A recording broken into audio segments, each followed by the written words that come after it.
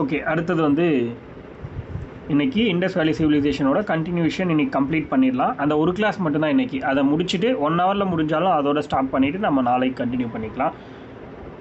So இன்றைக்கி வந்து first technology போட்டுக்கோங்க. வர்ஷிப் எழுதுனீங்க இல்லையா, வழிபாடு என்ன அப்படிங்கிறது எழுதியிருப்பீங்க. அதுக்கடுத்து டெக்னாலஜி போட்டுக்கோங்க, தொழில்நுட்பம். இவங்க என்ன மாதிரியான தொழில்நுட்பத்தை பயன்படுத்தினாங்க அப்படிங்கிறத பார்ப்போம். டெக்னாலஜி.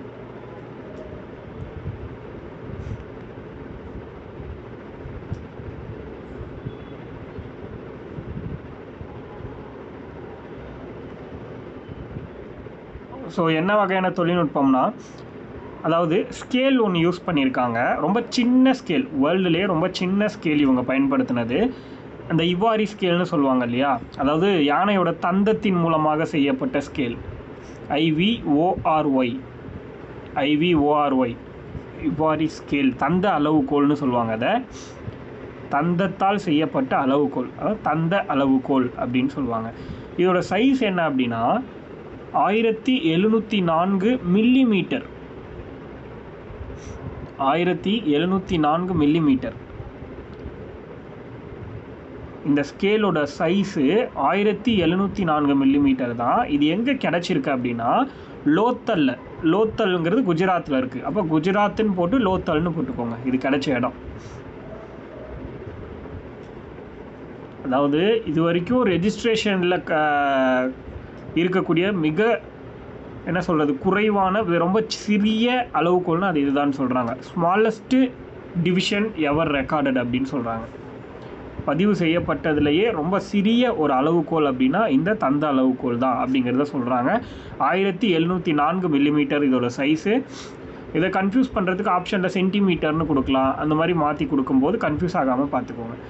லோத்தல், குஜராத்தில் இருக்கிற லோத்தலில் இது வந்து கிடச்சிருக்கு அப்படிங்கிறது இந்த இடத்துல சொல்கிறாங்க. அதுக்கு அடுத்து வந்து நம்ம சிட்டிஸ் பற்றி பார்க்கலாம். என்னெல்லாம் சிட்டிஸ் இருந்துச்சு அப்படிங்கிறத பார்ப்போம்.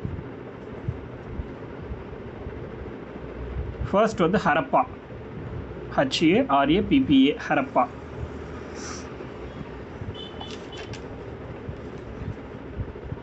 ஹரப்பா அப்படிங்கிற ஒரு சிட்டி.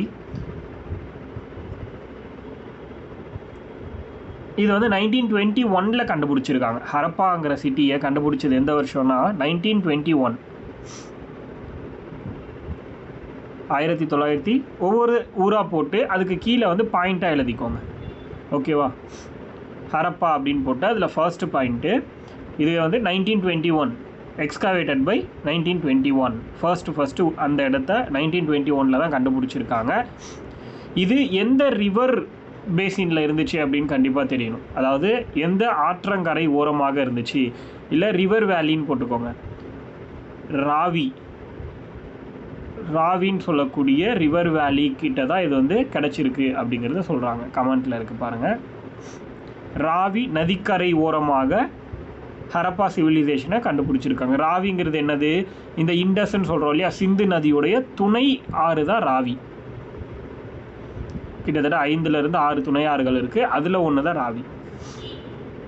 இந்த ராவி ஆற்றங்கரையில் தான் ஹரப்பா நாகரிகத்தை கண்டுபிடிச்சிருக்காரு தயாராம் சாக்னி அப்படிங்கிறவர் 1921 அந்த வருஷத்தில்.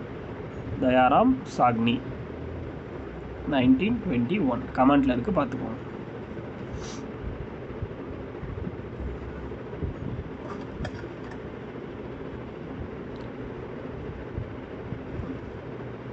ஆக்சுவலி ராவி ரிவர் அப்படிங்கிறது எழுதுனீங்க இல்லையா, இது எங்கே இருக்குது அப்படின்னா பாகிஸ்தானில் வெஸ்ட் பஞ்சாப் அப்படிங்கிற இடத்துல இருக்குது. பஞ்சாப்புடைய மேற்கு பகுதி. இந்தியாவில் மட்டும் அதாவது இந்தியாவில் மட்டும் பஞ்சாப்னு ஒன்று கிடையாது, பாகிஸ்தான்லேயும் பஞ்சாப்னு ஒன்று இருக்குது, ஓகேவா. அங்கே பாகிஸ்தானில் இருக்கிற பஞ்சாப்பில் மேற்கு பகுதி வெஸ்ட் சைடு தான் வந்து இந்த ராவி ரிவர் இருக்குது. அந்த இடத்துல தான் இந்த ஹரப்பா நாகரிகத்தை கண்டுபிடிச்சிருக்காங்க.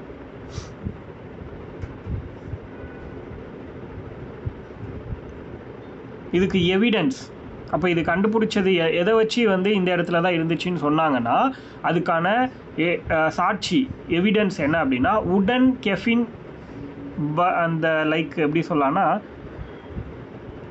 ஒரு பாயிண்ட் நேற்று நான் சொல்லியிருப்பேன் உங்களுக்கு, சிட்டடல் அப்படின்னு ஒரு பாயிண்ட் சொல்லியிருப்பேன்.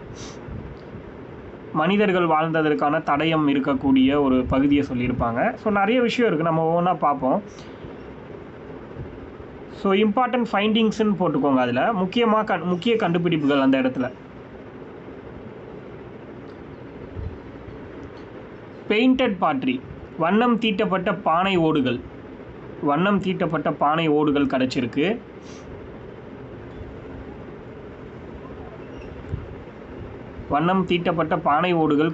Painted பாட்ரி.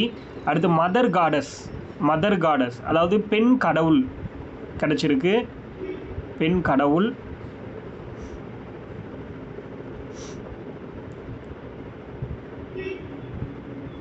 Two rows of six granaries கிடச்சிருக்கு. இதெல்லாம் நம்ம ஆல்ரெடி எழுதியிருப்போம். 2 rows of 6 granaries அதாவது இரண்டு வரிசையில் 6 தானிய களஞ்சியங்கள் கிடைக்கப்பெற்றுள்ளன. 2 வரிசையில் 6 தானிய களஞ்சியங்கள் கிடைச்சிருக்கு. இப்படி எழுதும்போது எங்கெங்கே என்னென்ன கிடைச்சிதுங்கிறது நம்ம ஈஸியாக ஃபைண்ட் அவுட் பண்ணிக்கலாம். அதுக்காக இது ஈஸி, நம்ம இதை நல்லா எழுதிக்கிறது நல்லது தான்.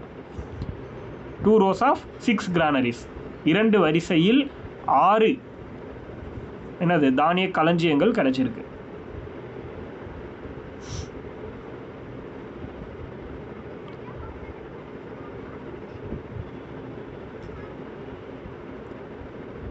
அடுத்து the largest number of wheat grains, அதாவது அந்த கோதுமை அதிகமாக பயன்படுத்தப்பட்ட கலன்கள் கிடைத்துள்ளன. கோதுமை பயன்படுத்தப்பட்ட கலன்கள் அதிகமாக கிடைச்சிருக்குன்னு எழுதிக்கோங்க.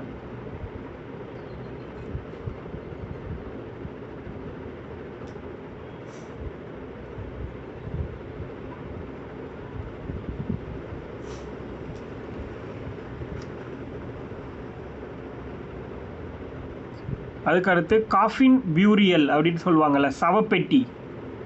கஃபின் பியூரியல், சவப்பெட்டி.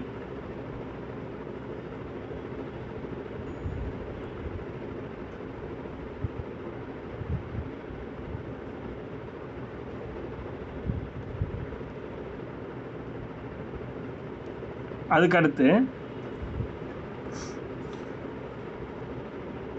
இந்த ஹரப்பா அப்படின்னு சொல்கிறோம்ல, அது என்ன லாங்குவேஜ் வேர்டு அப்படின்னா சிந்தி மொழி. அந்த வேர்டு சிந்தி மொழி அப்படின்னு சொல்கிறாங்க. அதை நோட் பண்ணிக்கோங்க.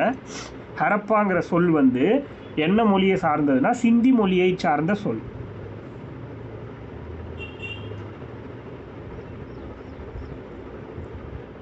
அது மட்டும் இல்லாமல் ஹரப்பா அப்படின்னா என்ன மீனிங்னா பரீட் சிட்டி அப்படின்னு அர்த்தம். Harappa means buried city. That means என்னது? புதையுண்ட நகரம். பரீட் சிட்டி அப்படின்னா புதையுண்ட நகரம். ஹரப்பா என்பது புதையுண்ட நகரம்.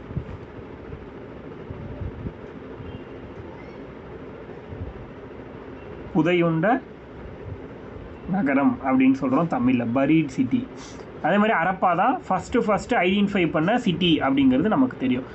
சரி, ஒரு கேள்வி கேட்குறேன், உங்களுக்கு தெரியுதான்னு பார்ப்போம். இவங்க வாழ்ந்தது இந்த ஹரப்பன் சிவிலைசேஷன் சொல்லக்கூடிய இண்டஸ் வேலி சிவிலைசேஷன் பீப்புள்ஸ் எல்லாரும் வாழ்ந்தது எந்த மாதிரியான வாழ்க்கை? அதாவது சிட்டி லைஃபா இல்லை வில்லேஜ் லைஃபா? City life. சூப்பர். அப்போது நம்ம டீச் பண்ணது கரெக்டாக புரிஞ்சிருக்கீங்கன்னு அர்த்தம். அதுக்காக தான் இந்த கேள்விகளை நான் கேட்டேன். சூப்பர் எல்லோரும். ஓகே, அடுத்தது மொஹஞ்சதாரோ.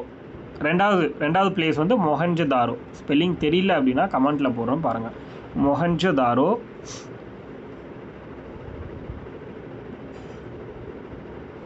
இந்த பிளேஸை பற்றி பார்க்கலாம். மொஹஞ்சதாரோ அப்படிங்கிற பிளேஸை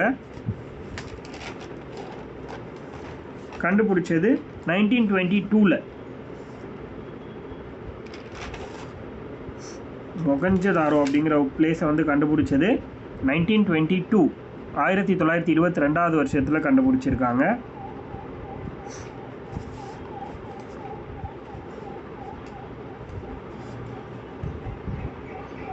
யார் கண்டுபிடிச்சதுன்னா ஆர்டி பேனர்ஜி.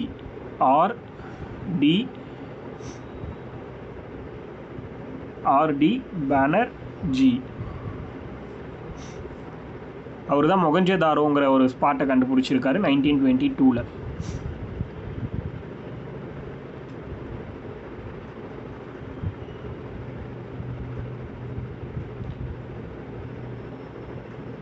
இது வந்து எங்கன்னா பிளேஸ் லொக்கேஷன் அப்படின்னு பார்த்தோன்னா இதுவும் பாகிஸ்தான் தான்.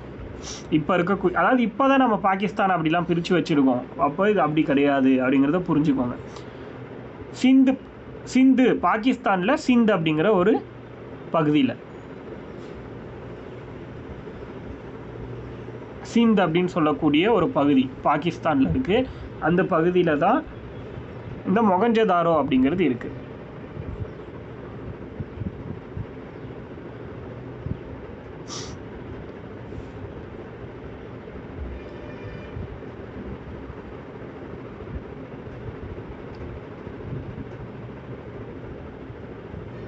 சரி, இது இருக்குன்னு சொல்கிறதுக்கு என்ன ஆதாரம் அப்படின்னா, டான்சிங் கேர்ள் நம்ம பார்த்துருப்போம். நடனமாது அப்படின்னு ஒரு பொண்ணோட இதை வந்து என்னது செம்புலையே செஞ்சுருப்பாங்கன்னு பார்த்தோம். அது ஒன்று. ப்ளஸ் வந்து பசுபதியோட சிலை பார்த்துருப்போம். அது ரெண்டுமே மொகஞ்சதாரோவில் கிடச்சது தான். அதுதான் மெயின் எவிடன்ஸாக சொல்கிறாங்க இதுக்கு. ப்ளஸ் கிரானரிஸ் அதிகமாக கிடச்சிது. இந்த மாதிரி நிறைய விஷயத்த சொல்கிறோம். இது எந்த ரிவர்னு கேட்டால் இண்டஸ் ரிவர் தான், சிந்து ரிவர் தான், சிந்து நதி தான். அதே மாதிரி இதில் பாயிண்ட்டாக நீங்கள் எழுத வேண்டிய விஷயம் என்னென்ன அப்படின்னா, largest site of Indus valley civilisation. புரியுதா? சிந்து சமவெளி நாகரிகத்தின் மிகப்பெரிய இடம், மிகப்பெரிய பகுதி எது அப்படின்னா இதுதான், மொஹஞ்சதாரோ தான். சிந்து சமவெளி நாகரிகத்தின் மிகப்பெரிய பகுதி, largest site of Indus valley civilisation.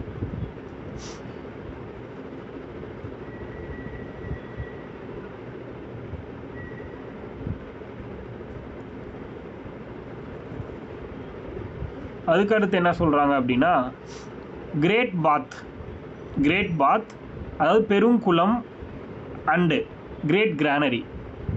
Great bath and great granary, பெருங்குளம் மற்றும் என்னது கிரேட் கிரானரி அப்படின்னா இந்த தானிய களஞ்சியம், பெரிய தானிய களஞ்சியம். அதாவது அதிக தானிய களஞ்சியம் இருந்தது கிடச்சது வந்து ஹரப்பாவில், ஆனால் பெரிய தானிய களஞ்சியம் கிடச்சது மொகஞ்சதாரோவில். அது நல்லா தெரிஞ்சுக்கணும். பெருங்குளம்னு சொல்கிற கிரேட் பாத் அண்டு கிரேட் கிரானரினா தானிய களஞ்சியம், பெரிய தானிய களஞ்சியம். அதுக்கப்புறம் சிட்டடல், இது எல்லாமே மொகஞ்சதாரோவில் கிடச்சிது.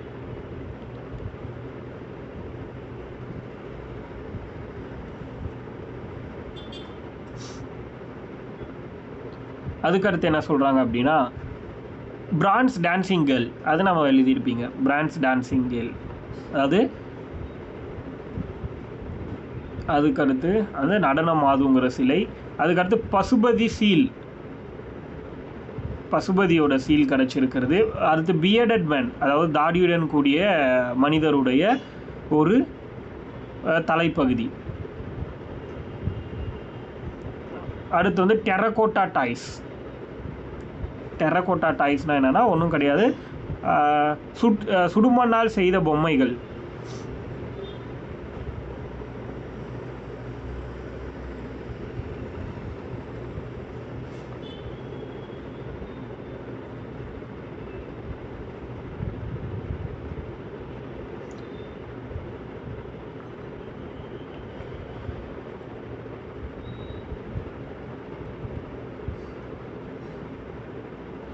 அதுக்கு அடுத்த பிளேஸ் வந்து சங்குதாரோ, இதுவும் இண்டஸ் ரிவர் தான்.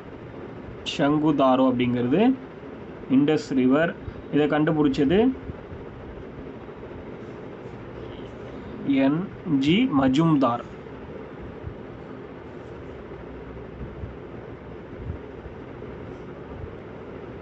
கமெண்ட்டில் போடுறேன், பார்த்துக்கோங்க. 1931 கண்டுபிடிச்சிருக்காரு. மூணாவது பிளேஸ் வந்து சங்குதாரோ, இதுவும் பாகிஸ்தானில் தான் இருக்குது.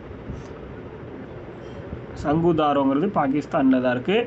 எந்த ரிவர்னா இண்டஸ் ரிவர். கண்டுபிடிச்சது யாருன்னா என்ஜி மஜும்தார். எந்த வருஷம்னா 1931 கண்டுபிடிச்சிருக்காரு.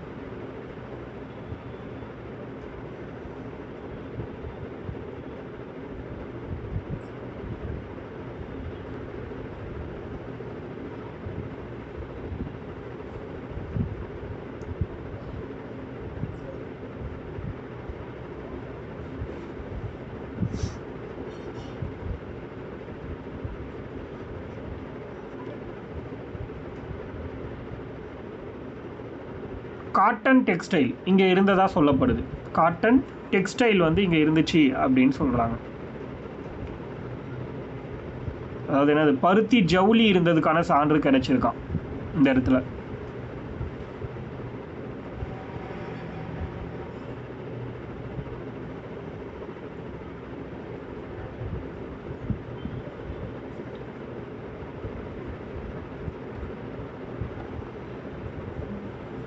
அதுக்கப்புறம் largest number of copper tools வந்து ஃபவுண்டட் அப்படின்னு சொல்கிறாங்க. Largest number of copper tools were founded, அதாவது அதிகமான செம்பு பொருட்கள், செம்பு கருவிகள் கிடைத்துள்ளன அப்படின்னு சொல்கிறாங்க.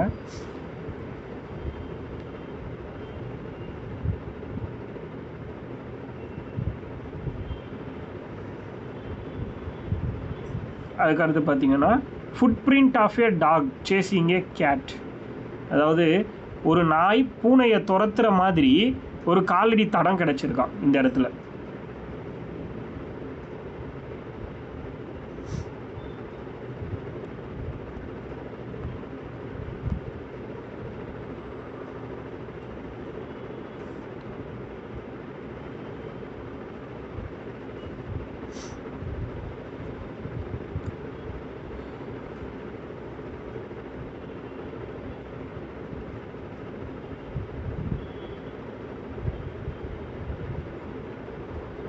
அதுக்கடுத்து வந்து பார்த்தீங்கன்னா லோத்தல், 4th பிளேஸ் வந்து லோத்தல். இந்த லோத்தல் அப்படிங்கிறது குஜராத்தில் இருக்குது. லோத்தல்ங்கிறது குஜராத்தில் இருக்கிற ஒரு போர்ட், அந்த பீரியடில் இருந்த ஒரு போர்ட், துறைமுகம்.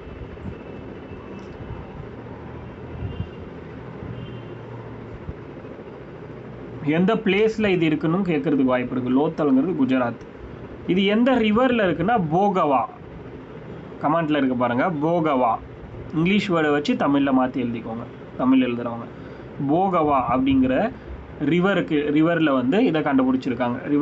ரிவர் வேலி அப்படின்னு சொல்லலாம். எந்த வருஷம்னா 1953 லோத்தலை கண்டுபிடிச்சிருக்காங்க. கண்டுபிடிச்சது SR ராவ்.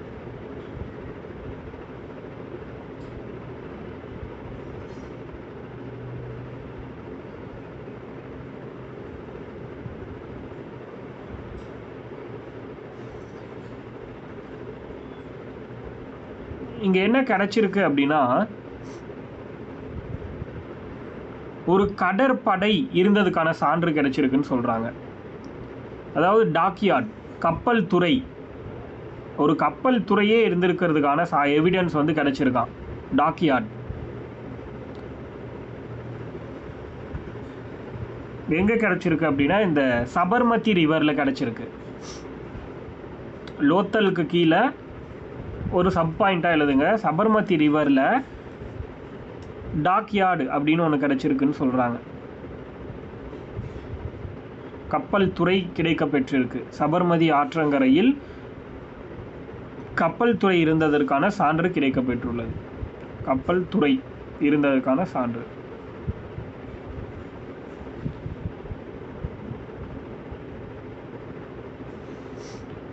அதே மாதிரி இந்த லோத்தல் அப்படின்னு சொல்லக்கூடிய இந்த போர்ட்டை தான் நம்ம என்ன சொல்கிறோம்னா ஃபர்ஸ்ட் மேன்மேட் போர்ட் அப்படின்னு சொல்கிறோம். ஃபர்ஸ்ட் மேன்மேட் போர்ட் அப்படின்னா அது லோத்தல் தான்.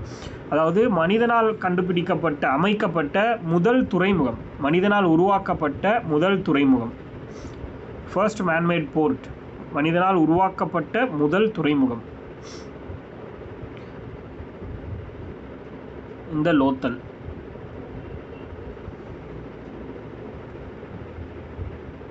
கப்பல் துறை டாக்யார்டு இருந்திருக்குன்னு சொல்கிறாங்க சபர்மதி ரிவரில். அதே மாதிரி ரைஸ் அஸ்க்கு கிடச்சிருக்குன்னு சொல்கிறாங்க. அரிசி கிடங்கு இருந்ததற்கான சான்று கிடச்சிருக்கான். அதாவது பானைகள் வச்சு அரிசியை வந்து மூடி வச்சுருப்பாங்க இல்லையா, சிறிய பானை கிடையாது, பெரிய பெரிய பானைகள் வச்சு அரிசியை வந்து க்ளோஸ் பண்ணி வச்சுருந்துருப்பாங்க. அது மாதிரி அதான் ரைஸ் அஸ்க் அப்படின்னு சொல்கிறாங்க. HUSK ask. அரிசி கிடங்கு கிடைக்க பெற்றிருக்கு.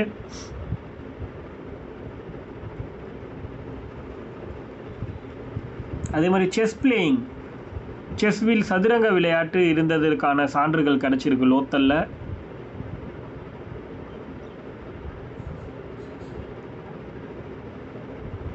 லோத்தலில் செஸ் பிளேயிங் சதுரங்க விளையாட்டு நடந்ததற்கான சான்று கிடச்சிருக்கு. டெரகோட்டா ஷிப்பு கிடச்சிருக்குன்னு சொல்கிறாங்க. டெரகோட்டா ஷிப்னா என்ன? சுடுமண் கப்பல். சுடுமண் கப்பல், டெரகோட்டா ஷிப்பு.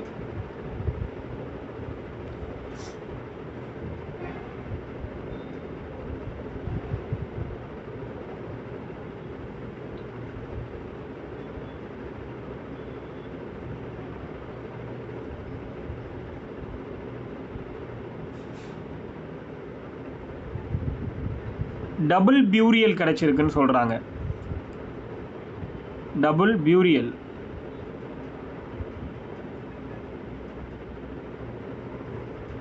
அதாவது என்னது? இரட்டை புதைப்பா, இரு நபர்களை ஒன்றா புதைச்சது, அதுதான் டபுள் பியூரியல்னு சொல்கிறாங்க. அதுவும் இங்கே தான் லோத்தலில் தான் கிடச்சிருக்கான். தட் மீன்ஸ் என்னென்னா, ஒரு ஆண் ஒரு பெண் 2 பேரையும் ஒன்றா புதைத்ததற்கான சான்றுகளும் கிடச்சிருக்குன்னு சொல்கிறாங்க. Male and female together.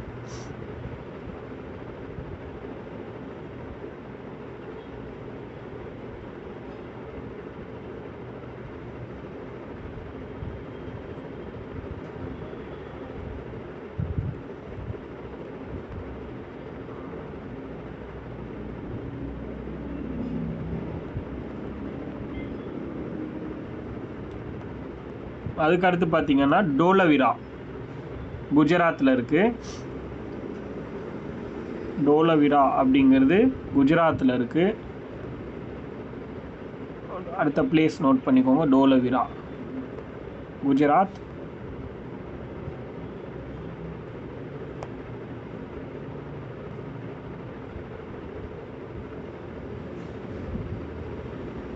இதை எப்போ கண்டுபிடிக்கிறாங்க அப்படின்னா 1985 கண்டுபிடிக்கிறாங்க. கமெண்ட்டில் இருக்குது பாருங்கள், 1985 கண்டுபிடிக்கிறாங்க டோலவிராங்கிற பார்ட். இதுவும் குஜராத்தில் தான் இருக்குது.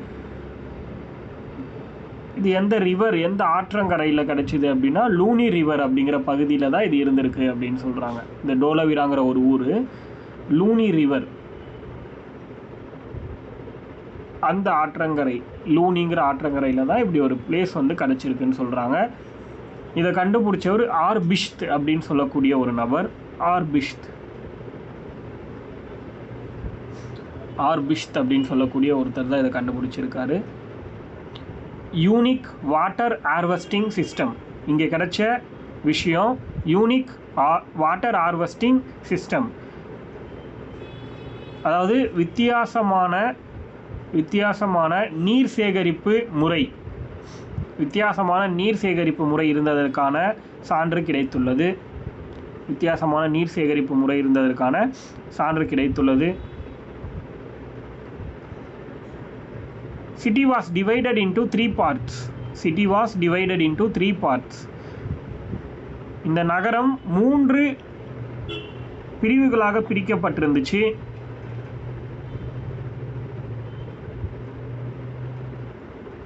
இந்த நகரம் 3 பகுதிகளாக 3 பிரிவுகளாக பிரிக்கப்பட்டிருந்துச்சு.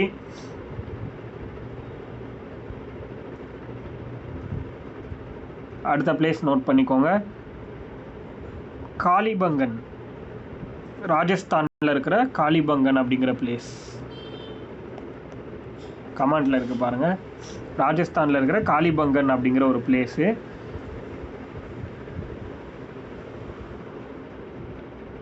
காகர் ஹக்ரா அப்படின்னு சொல்லக்கூடிய ஒரு ரிவரில் இதை கண்டுபிடிச்சிருக்காங்க.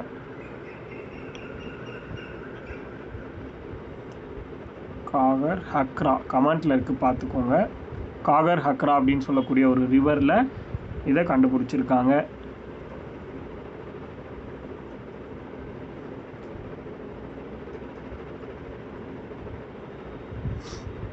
காளிபங்கன் அப்படிங்கிறது ராஜஸ்தான். யார் இதை கண்டுபிடிச்சாங்க அப்படின்னா ஏ கோஷ். காளிபங்கனை கண்டுபிடிச்சது யாருன்னா ஏ கோஷ் அப்படின்னு சொல்லக்கூடிய ஒரு நபர் 1953 கண்டுபிடிச்சிருக்காரு. 1953 காளிபங்கனை கண்டுபிடிச்சிருக்காரு ஏ கோஷ். காகர் ஹக்ரா அப்படின்னு சொல்லக்கூடிய ஒரு ரிவர், ஆறு.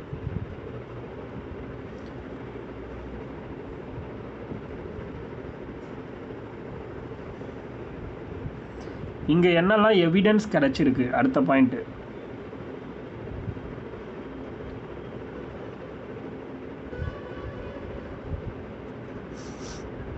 அடுத்த பாயிண்ட் வந்து என்ன சொல்கிறாங்க அப்படின்னா, எவிடன்ஸ் என்னென்ன சான்றுகள் இந்த பிளேஸில் காலிபங்கனில் கிடச்சிது அப்படிங்கிறத சொல்லியிருக்காங்க. ஃபயர் அல்தார், வேள்வி பீடங்கள் கமெண்ட்டில் இருக்குது பாருங்கள். இங்கு கிடைக்கப்பெற்றவை ஃபயர் அல்தார், வேள்வி பீடங்கள், அதற்கான சான்று கிடைச்சிருக்குன்னு சொல்கிறாங்க. ஆக்சுவலி இது இவங்க பயன்படுத்தியிருக்கிறதுக்கு சான்ஸ் இல்லை. மேபி பிற்காலத்தில் வந்த வேத கால மக்கள் இருக்காங்கல்ல, அவங்க பயன்படுத்தியிருக்க வாய்ப்பு இருக்குது. ஃபயர் அல்தார் அதாவது வேள்வி பீடங்கள். கேமல்ஸ் போன் கிடச்சிருக்குன்னு சொல்கிறாங்க. அதாவது காலிபங்கன்னாலே இதுதான் ரொம்ப ஃபேமஸ். கேமல் போன் கிடச்சது, ஒட்டகத்தின் எலும்புகள் கிடைச்சது தான் மிக ஃபேமஸான ஒரு விஷயம்.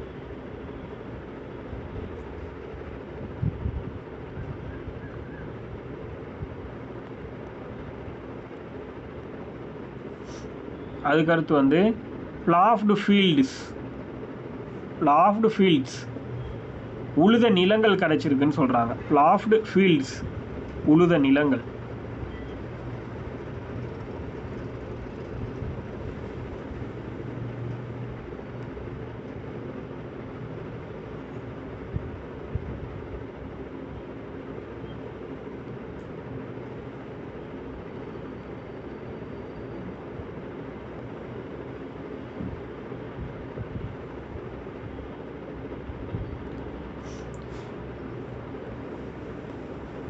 அதுக்கடுத்து வந்து பார்த்திங்கன்னா ராக்கி கர்கின்ற ஒரு பிளேஸு ஹரியானாவில் இருக்குது. ராக்கி கர்கிங்கிற பிளேஸ் வந்து ஹரியானாவில் இருக்குது. கமெண்ட்டில் இருக்குது பாருங்கள். ராக்கி கர்கிங்கிற பிளேஸ் ஹரியானாவில் இருக்குது. காகர் ஹக்ரா ரிவர் தான் இதுவுமே. காகர் அக்ரா அப்படிங்கிற சொல்லக்கூடிய ரிவர் கிட்ட தான் இதுவும் இருக்குது.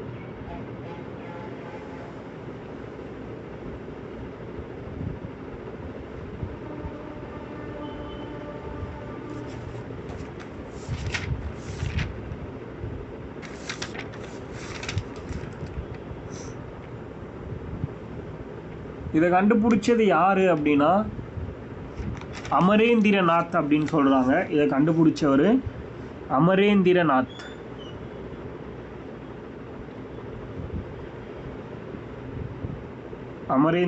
அப்படிங்கிறவர் கண்டுபிடிச்சிருக்காரு.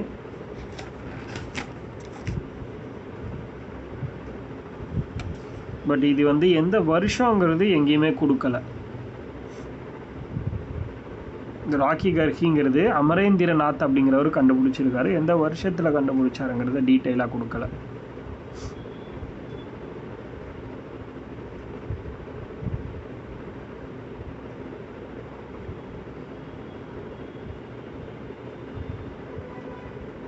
அதுக்கு அடுத்து பார்த்தீங்கன்னா பனவாலி அப்படிங்கிற ஒரு சைட்டு. இது எங்கே இருக்குன்னா இதுவும் ஹரியானா தான். பனவாலியும் ஹரியானா தான். இதில் எவிடன்ஸ் பெருசாக எதுலையுமே சொல்லப்படலை.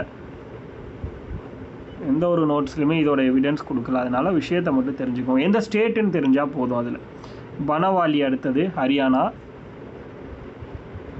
பனவாலிங்கிறது ஹரியானா. இது எந்த ரிவர் அப்படின்னா ரங்கோய் ஆறு. பனவாலி அப்படிங்கிறது ஹரியானாவில் இருக்குது. எந்த ரிவரில் இந்த பனவாலியை கண்டுபிடிச்சாங்கன்னா ரங்கோலின்னு போட்டிருக்கேன். ரங்கோய், எல் வராது. ரங்கோய் ரிவர். இதை கண்டுபிடிச்சது வந்து பார்த்திங்கன்னா ஆர்எஸ் பிஸ்த்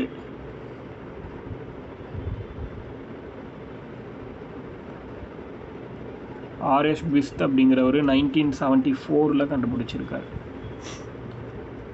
1974 இதை கண்டுபிடிச்சிருக்காரு.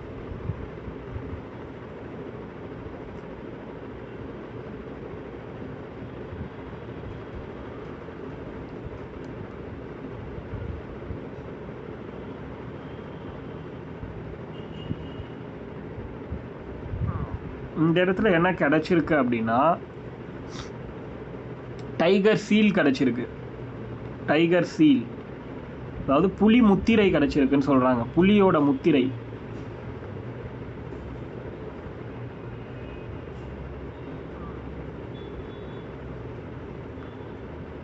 சுடும் டைகர் சீல், அதாவது புலி முத்திரை கிடச்சிருக்கு.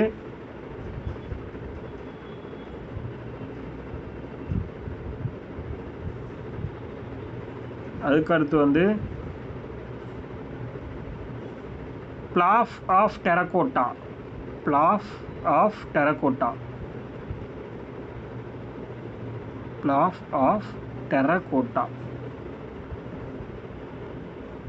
அதாவது உழுத நிலம் வந்து சுடுமண்ணால் செய்யப்பட்ட மாதிரி கிடச்சிருக்குன்னு சொல்கிறாங்க. அது எப்படி சொல்லலாம்னா, பிளாஃப் ஆஃப் டெரகோட்டானா டெரகோட்டா கலப்பை கிடச்சிருக்குன்னு சொல்லி எழுதிக்கோங்க. தட் மீன்ஸ் என்னென்னா, சுடுமண்ணால் செய்யப்பட்ட ஒரு கலப்பை கிடச்சிருக்குன்னு போட்டுக்கோங்க. சுடுமண்ணால் செய்யப்பட்ட கலப்பை, பிளாஃப் ஆஃப் டெரகோட்டா. இந்த 2 விஷயம் இங்கே கிடச்சிருக்கிறதா சொல்கிறாங்க.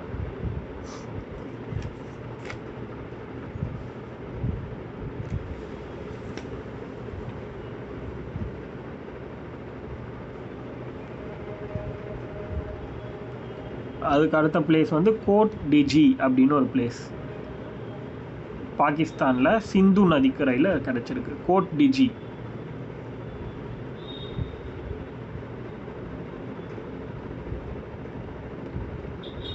கோட் டிஜி, இந்த கோட் டிஜி அப்படிங்கிறது சிந்து நதிக்கரையில் கிடச்சிருக்கு பாகிஸ்தானில்.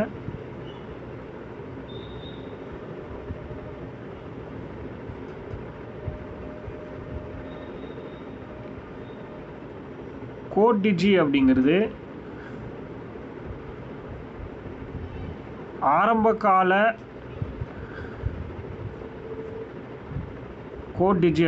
ஆரம்பகால ஹரப்பன் பகுதி, ஹரப்பாவின் ஆரம்பகால பகுதி, இயர்லி ஹரப்பன் சைட்டுன்னு சொல்லுவாங்க. இயர்லி ஹரப்பன் சைட், ஹரப்பாவின் ஆரம்பகால பகுதி தான் வந்து என்னென்னா கோட் டிஜி. இதை யார் கண்டுபிடிச்சாங்கங்கிறது நமக்கு தெரியலை.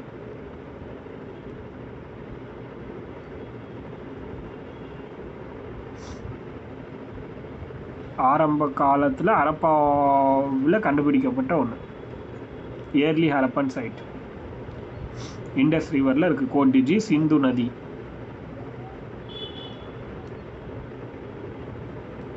அதுக்கடுத்து பார்த்தீங்கன்னா ரோப்பர், ROPAR, ரோப்பர் அப்படின்னு சொல்லக்கூடிய ஒரு பகுதி. இது பஞ்சாபில் இருக்குது.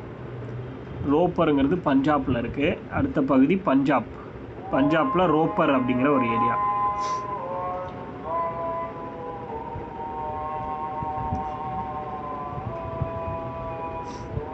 இது வந்து 1953 கண்டுபிடிச்சிருக்காங்க. 1953 கண்டுபிடிச்சிருக்காங்க ரோப்பருங்கிற பகுதி. பஞ்சாபில் இருக்கிற ரோப்பருங்கிற பகுதியை 1953 YD ஷர்மாங்கிறவர் கண்டுபிடிச்சிருக்காரு. YD ஷர்மாங்கிறவர் கண்டுபிடிச்சிருக்காரு. கோட் டிஜிக்கு நமக்கு எதுவுமே தெரியாது. ஜஸ்ட் அது பாகிஸ்தானில் சிந்து நதிக்கரையில் இருக்குது. அது வந்து என்னது, முற்காலத்தில் கண்டுபிடிக்கப்பட்ட ஒரு ஹரப்பன் சைட் அப்படின்னு மட்டும் தெரிஞ்சுக்கோங்க, போதுமானது. ஸோ ரோப்பருங்கிறது பஞ்சாபில் இருக்குது. இது வந்து 1953 YD ஷர்மாங்கிறது கண்டுபிடிச்சார். இது எந்த ரிவரில் இருக்குன்னா சட்லஜ் ஆறுக்கு பக்கத்தில் இருக்குது அப்படிங்கிறத சொல்லியிருக்காங்க. சட்லஜ் ஆறுக்கு பக்கத்தில்.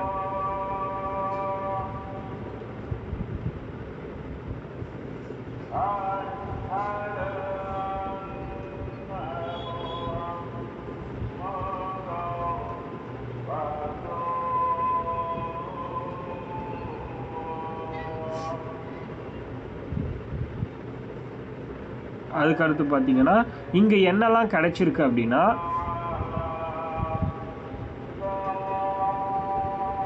ஓவல் பியூரியல் பிட்ஸ் கிடைச்சிருக்குன்னு சொல்கிறாங்க. ஓவல் பியூரியல் பிட்ஸ், அதாவது ஓவல் ஷேப்பில் இருக்கிற புதை குழிகள் கிடைச்சிருக்குன்னு சொல்கிறாங்க.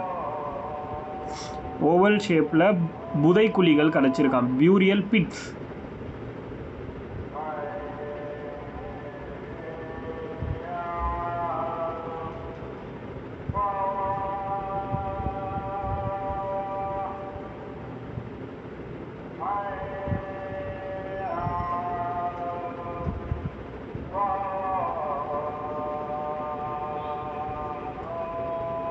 அதாவது புதைக்கக்கூடிய பாரம்பரியம் எப்படின்னா, ஒரு நாயையும் அந்த நாயோட ஓனரையும் ஒன்றா புதைத்ததற்கான சான்று கிடைச்சிருக்குன்னு சொல்கிறாங்க.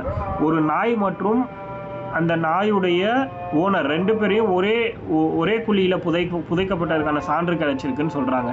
Tradition of burying the dogs with owner. Tradition of burying the dogs with owner.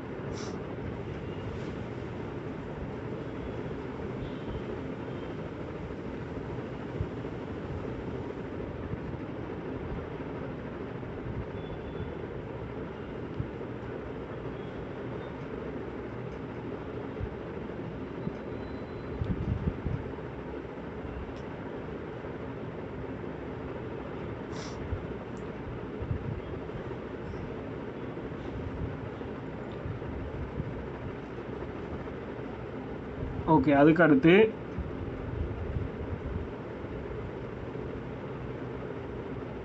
சுர்கோட்டடா. சுர்கோட்டடா கமெண்ட்ல இருக்கு பாருங்க. சுர்கோட்டடா இது வந்து பார்த்தீங்கன்னா குஜராத்தில் இருக்கு. சுர்கோட்டடாங்கிறது குஜராத்.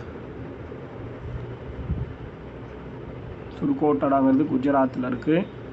இது எந்த ரிவர் அப்படின்னா தாஷ்த் ரிவர். தாஷ்த் அப்படின்னு சொல்லக்கூடிய ஒரு ஆறு.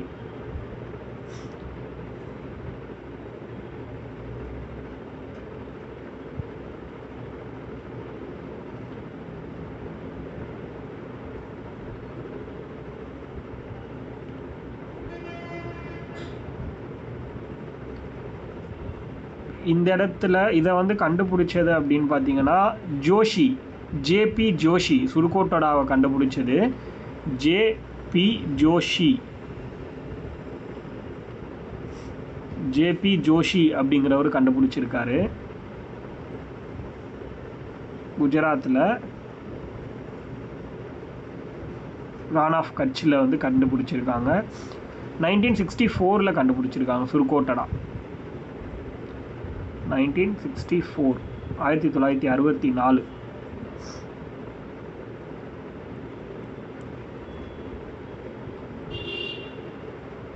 சரி, இங்கே என்ன கிடைச்சிருக்கு அப்படின்னா எலும்புகள், குதிரையோட எலும்புகள் கிடைச்சிருக்கான். பார்டர்ஸ் ஆஃப் போன்ஸ் ஆஃப் ஹார்சஸ்ன்னு போட்டுக்கோங்க ஃபஸ்ட்டு. போன்ஸ் ஆஃப் ஹார்சஸ், குதிரைகளுடைய எலும்புகள் கிடைச்சிருக்கு. குதிரையே இல்லைன்னு சொல்லும்போது எப்படி எலும்புகள் கிடைச்சிருக்கு அப்படின்னா, ஆக்சுவலி இந்த பார்ட்டில் தான் ஆரியன்ஸ் இன்வேஷன் நடந்திருக்கலாம். அதாவது ஆரியர்கள் வந்து வந்திருக்காங்க. வேதகால மக்கள் வந்து இங்கே இருந்தவங்க கூட சண்டை போட்டு இங்கே இருந்தவங்களை கொன்னுட்டு அவங்க ஆட்சியை பண்ணியிருக்கலாம். அப்போ அவங்களுடைய காலகட்டத்தில் தான் அந்த வந்து குதிரைகள் அப்படிங்கிறது சொல்லப்படுது. இவங்க குதிரையை பயன்படுத்தலை. ஆரியர்கள் வந்து குதிரையில் வந்திருப்பாங்க. அப்படி வந்து இவங்க கூட சண்டை போட்டு இவங்களை கொன்னுட்டு அந்த இடத்த வந்து இவங்க இருந்திருப்பாங்க அப்படிங்கிறத சொல்கிறாங்க. அதனால தான் குதிரையோட எலும்புகள் இந்த இடத்துல கிடைச்சிருக்குங்கிறதையும் நமக்கு வந்து இந்த இடத்துல தெளிவுபடுத்துகிறாங்க.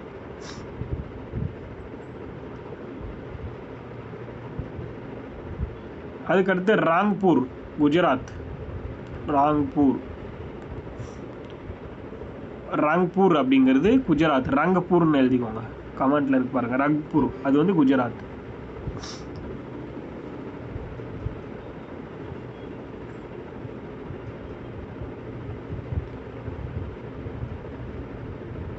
இங்க வந்து நெல் உமி கிடைச்சிருக்குன்னு சொல்றாங்க. நெல்லோட உமி, ரங்பூர்ல நெல்லோட உமி கிடைச்சிருக்கான். தட் மீன்ஸ் என்னது, பேடி ஹஸ்க்குன்னு சொல்லக்கூடிய நெல் உமி கிடைச்சிருக்கு.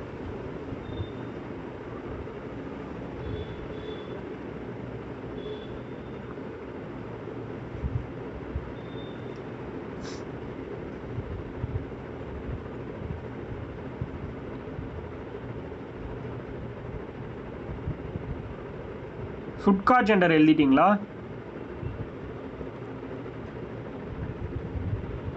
சுட்கா ஜெண்டர் எழுதிட்டீங்களா? இல்லையே, நான் சொல்லலையே இன்னும். சுட்கா ஜெண்டர் நான் சொல்லவே இல்லை. நோ, இந்த இடத்துல எழுதிட்டீங்களான்னு கேட்குறேன். அது அவரை பற்றி, அந்த பிளேஸை பற்றி சொல்லியிருப்பேன். பட் இந்த பாயிண்டில் டீட்டெயிலாக சொன்னதில்லை. ஓகே, சுட்கா ஜெண்டர் அப்படிங்கிறது பாகிஸ்தானில் பலுசிஸ்தான் அப்படிங்கிற இடத்துல இருக்குது. பாகிஸ்தானில்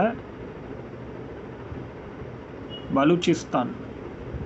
சுட்கா ஜெண்டருங்கிறது பாகிஸ்தானில் பலூச்சிஸ்தானுங்கிற இடத்துல இருக்குது.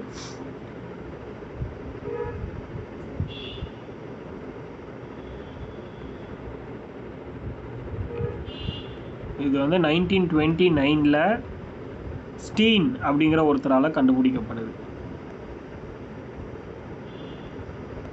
1929 ஸ்டெயின் அப்படிங்கிற ஒரு நபரால் கண்டுபிடிக்கப்பட்டுச்சு. ஸ்டீன்னு சொல்ல, STEIN, ஸ்டீன். சுட்கா ஜெண்டர் கண்டுபிடிச்சவர் ஸ்டீன் 1929.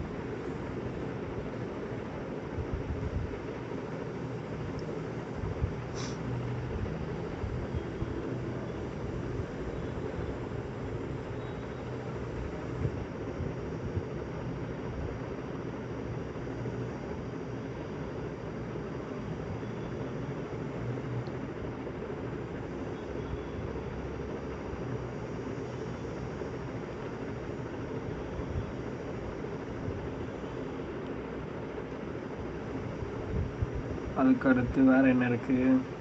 அம்ரி பற்றி சொல்லிட்டேன்னா,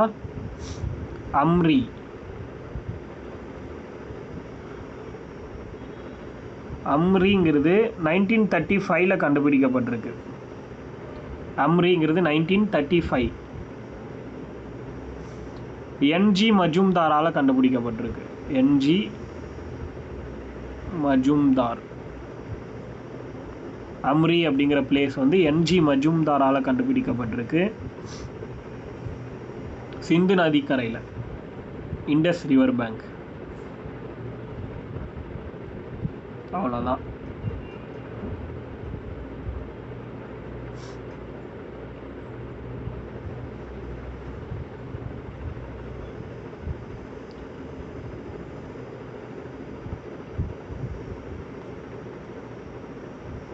எழுதிக்கோங்க. டெக்லின், இது உங்களோட வீழ்ச்சி. எப்படிலாம் இவங்க வந்து அழிஞ்சு போனாங்க, இந்த இண்டஸ் வேலி சிவிலைசேஷன் சார்ந்த மக்கள் வந்து எப்படிலாம் அழிஞ்சு போனாங்கிறத பார்ப்போம்.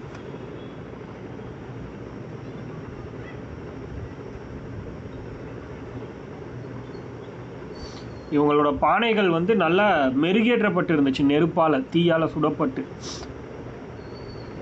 சரி, ஓகே. இவங்களோட வீழ்ச்சி,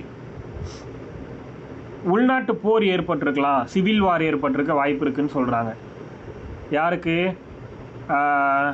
மொஹஞ்சதாரோக்கும் ஹரப்பாக்கும் இடையிலேயே போர்கள் வந்து நடந்திருக்கலாம் அப்படின்ற மாதிரி சொல்கிறாங்க. அதுக்கடுத்து வந்து வெள்ளம் ஏற்பட்டு எல்லாரும் இறந்து போயிருக்கலாம் அப்படிங்கிறத சொல்கிறாங்க. அதாவது 1900 அந்த வருஷம் BC இருக்கு இல்லையா, அந்த வருஷத்துக்கு அப்புறம் இவங்களுடைய காலகட்டம் வந்து முடிவடைஞ்சிருக்கலாம் அப்படிங்கிறத சொல்கிறாங்க. நம்ம ஸ்டார்டிங்லேயே அந்த இயர் பார்த்துருப்போம். அதே மாதிரி changes in course of Sindhu river, அந்த சிந்து ரிவருடைய போக்கு வந்து மாற்றம் பெற்றிருக்கு.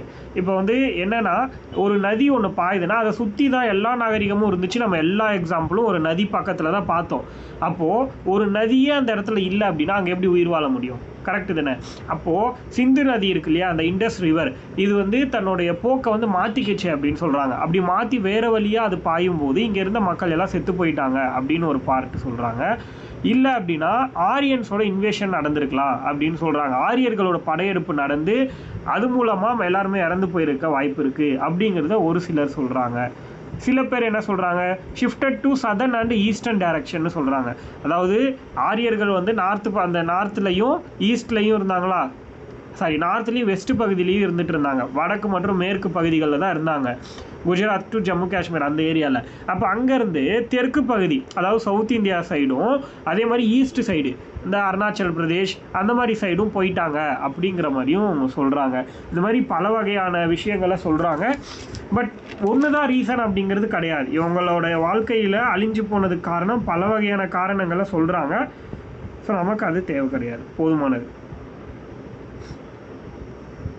ஸோ நம்ம ஓவராலாக மேக்ஸிமம் இந்த டாப்பிக்கை வந்து கம்ப்ளீட் பண்ணிட்டோம். இதுக்கப்புறம் இன்னும் எதுவும் கிடையாது.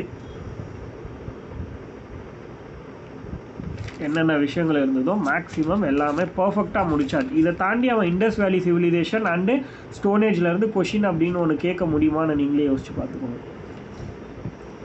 இதை தாண்டி கேட்குறதுக்கு கிடையாது. நான் ஒரே ஒரு புக்கு மட்டும் சொல்கிறேன், நோட் பண்ணிக்கோங்க.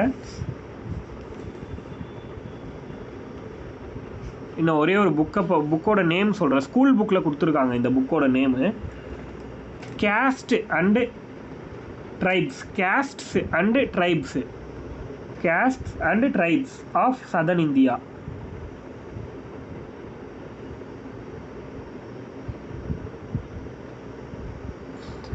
Caste and tribes of southern India. தென்னிந்தியாவின் ஜாதிகளும் பழங்குடிகளும். தென்னிந்தியாவின் ஜாதிகளும் பழங்குடிகளும். அந்த புக்கோட பேர் தென்னிந்தியாவின் ஜாதிகளும் பழங்குடிகளும்.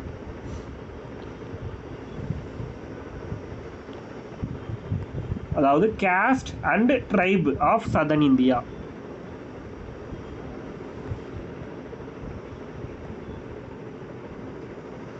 இதோட ஆத்தர் யாருன்னா எட்கர் தர்ஸ்டன். கமெண்ட்ல இருக்கு பாருங்க. எட்கர், தமிழ்லையும் போடுறேன், எட்கர் தர்ஸ்டன். இந்த புக்கோட ஆத்தர் வந்து எட்கர் தர்ஸ்டன். தென்னிந்தியாவின் பழங்குடிகள், ஜாதிகளும் பழங்குடிகளும் அப்படிங்கிற புக் எழுதியிருக்காரு. எதை பற்றி அப்படின்னா நியோலித்திக் ஏஜ் பற்றி. நியோலித்திக் புதிய கற்காலத்தை பற்றி எழுதின புக்கு. நியோலித்திக் ஏஜை பற்றி இந்த புத்தகத்தை எட்கர் தர்ஸ்டன் எழுதியிருக்காரு.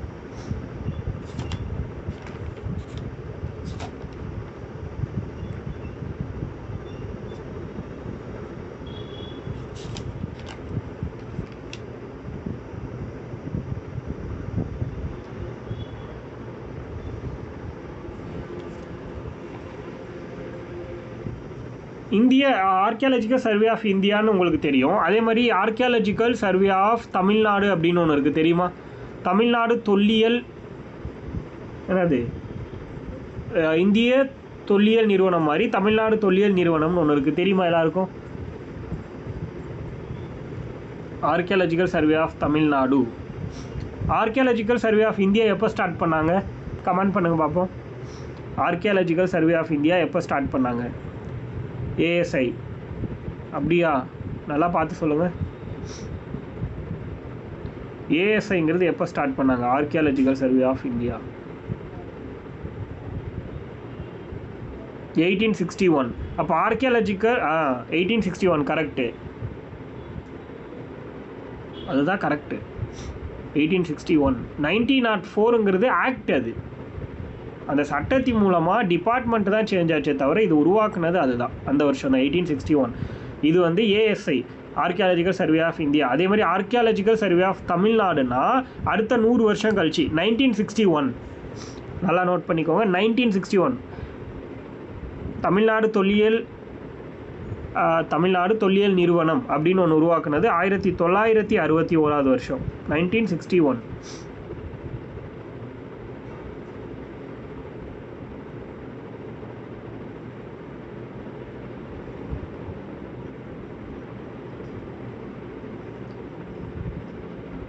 அதே மாதிரி இதோட ஃபர்ஸ்ட் டைரக்டர் கிடையாது, இதுக்கு வந்து சேர்மன். டைரக்டர் வந்து அதுக்கு தான் டைரக்டர், ஏஎஸ்ஐக்கு தான் டைரக்டர், இதுக்கு வந்து சேர்மன். இதோட ஃபர்ஸ்ட் டைரக்டர் ஃபர்ஸ்ட் சேர்மன். இதோட ஃபர்ஸ்ட் சேர்மன் அப்படின்னு போட்டுக்கோங்க. First chairman of archaeology of Tamil Nadu.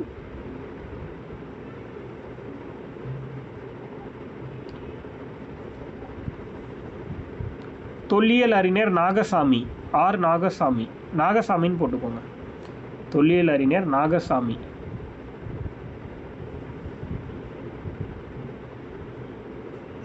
அவ்வளோதான், இதோட முடியுது.